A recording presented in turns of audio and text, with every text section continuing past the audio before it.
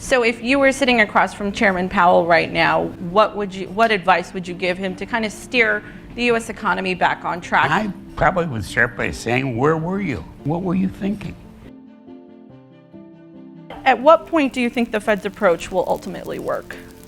The current Fed chairman introduced the concept of transitory inflation, which is a little bit like mental masturbation. And it was just a joke. But unfortunately, it delayed the Fed from taking the steps necessary. And I think the inflation issue is very serious. Whether the Fed will be able to stick to its guns remains to be seen. There's going to be a lot of political pressure. I mean, you're seeing it already. At every suggestion of a possible change in policy, everybody's cheering it on, etc. The reality is, we need to pay the price here.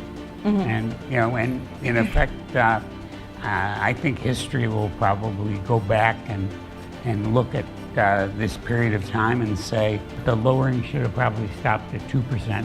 Right. I think we probably got very little by lowering rates beyond that, but caused a lot of inflationary pressures that I think are going to take some pretty serious movement to recover from. They're making a big excuse about the fact that they're attempting to raise rates early so they don't have to raise them later. Somehow or other that's BS. It's not, they're not raising rates a lot up front. They should have raised rates a year ago and didn't. And even when they did start raising rates, they raised rates 50 basis points when they should have raised them 100 basis points.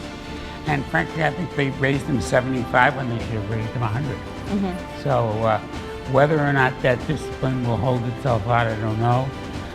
We're dealing with very unique times. I mean, we've added $8 trillion of debt in the last few years as a result of COVID. $8 trillion. Remember when the Congress used to do things in billions? Right. I mean, and now we're dealing with trillions. I just don't know how much more the world was going to take of buying U.S. debt. And obviously, there's a very significant risk of the dollar losing its reserve currency status, which I think would be extraordinarily deleterious for the United States. Yeah, I mean, another legendary investor, Ray Dalio, has been saying this too. We've borrowed from our future instead of setting us up for our futures. I think we've reached a point where we're not sure how long the future is. What happens where countries around the world lose their discipline?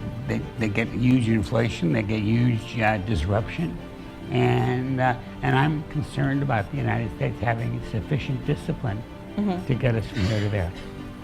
Do you think that the credibility of the Fed has come into question? Oh, I don't, ever since they invented the word transitory inflation, the credibility is in serious question. So if you were sitting across from Chairman Powell right now, what advice would you give him to kind of steer the U.S. economy back on track? I probably would start by saying, where were you? What were you thinking? I mean, I sat there, over the last couple of years and looked at them reducing interest rates and flooding the market with $80 billion a month of stimulus, and looking at what was happening on the cost side of things, and I couldn't understand what they were doing. Maybe they were acting politically, but whatever they were doing wasn't good for the U.S. and wasn't good for the U.S. economy. So what legislative action should Congress and the government be taking right now? Stop spending money. Stop spending money. I mean, we're spending money we don't have. We're creating obligations that we can't meet. We really believe spending should stop on things that we're not involved with.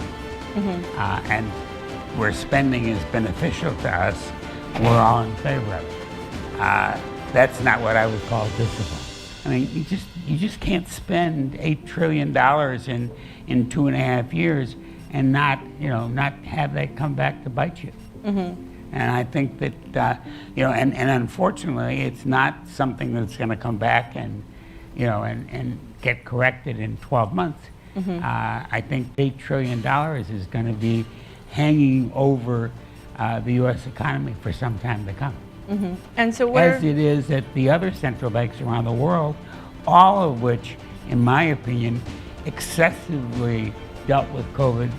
And I think when we look back on it, 20 years from now, I think we're going to look at the world's response to COVID as not particularly productive.